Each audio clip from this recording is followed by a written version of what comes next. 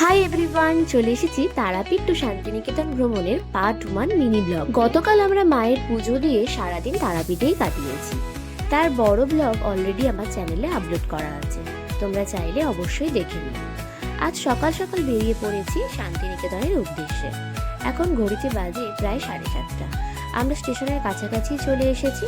আমাদের রামপুরহাট থেকে শান্তিনিকেতনের ট্রেন ছিল 7:44-এর হাওড়া ইন্টারসিটি এক্সপ্রেস। ট্রেন ধরে আমরা চলে যাব বোলপুর শান্তিনিকেতন স্টেশনে। ওখান থেকে একটা টোটো রিজার্ভ করে নিয়েছিলাম। সারা দিন আমরা আজ শান্তিনিকেতনেই কাটাবো আর পুরো একদিনেই শান্তিনিকেতনটা কভার করব, এরকমই প্ল্যান ছিল। তো প্ল্যান মতোই আমরা প্রায় 9টা নাগাদ বোলপুর শান্তিনিকেতন স্টেশনে এসে পৌঁছে গেলাম।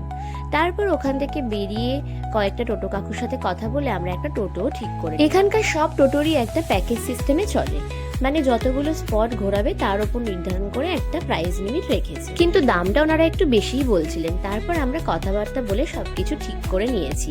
আমাদেরকে এতগুলো স্পট ঘোরানো হবে আর বিশ্বভারতী ইউনিভার্সিটির ভেতরেও এতগুলো স্পট দেখানো হবে। তো সেই মতোই আমরা এখন চলে এসেছি বিশ্বভারতী ইউনিভার্সিটির ভেতরে। এটা হলো 3 পাহাড়। এখানে বসে রবীন্দ্রনাথ ঠাকুর অনেকগুলো কবিতা লিখেছিলেন, তার মধ্যে কুমোরপাড়ার গরুর গাড়ি হলো একটি। তারপরে আমরা চলে এলাম তালগাছ বাড়িতে। এখানে বসে রবীন্দ্রনাথ ঠাকুর লিখেছিলেন তাল গাছ এক পায়ে দাঁড়িয়ে কবিতাটি। তো ওই গাছটাকেই কেন্দ্র করে এখন একটি ঘর বানানো হয়েছে, আর ওই ঘরটার নাম দেওয়া হয়েছে তাল গাছ। আমরা যে শান্তিনিকেতন বলে থাকি, মেনলি এই যে বাড়িটা, এই বাড়িটার নাম হলো শান্তিনিকেতন। তারপরে আমরা চলে এলাম উপাসনা গৃহে। রবীন্দ্রনাথ ঠাকুর নাকি দেব দেবী মানতেন না, তো সেই কারণে এখানে নিজের মতো করে বসে ধ্যান করতেন। এখানেও প্রবেশ করা যায় শুধুমাত্র বুধবারে সাদা জামা কাপড় পরে। তারপরে আমরা দেখতে পেলাম কিছু অপরূপ সুন্দর স্থাপত্য।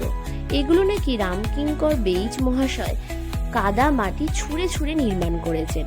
এটা শুনেই তো আমি কিছুক্ষণ আশ্চর্য হয়ে গেলাম। তারপরে চলে এসেছি ছাতিমতলায়, যেখানে বসে রবীন্দ্রনাথ ঠাকুর প্রথম পড়ানো শুরু করেছে। বিশ্বভারতী ইউনিভার্সিটির বেশ শান্ত পরিবেশ কাটিয়ে এখন আমরা চলে এসেছি মা কঙ্কালীর মন্দিরে। এখানে এসে পুজোর ডালি কিনে নিয়ে ভিতরে গিয়ে দেখছি অনেক বড় লাইন, আর তারই মধ্যে কানে ভেসে আসছে লোকসঙ্গীতের মিষ্টি সুর।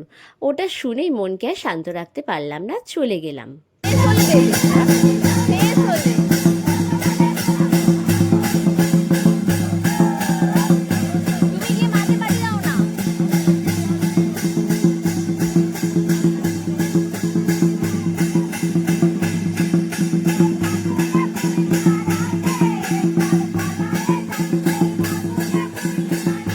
তবে এখানেই শেষ নয়, খুব তাড়াতাড়ি দেখা হচ্ছে নেক্সট পার্টের ভিডিও নিয়ে।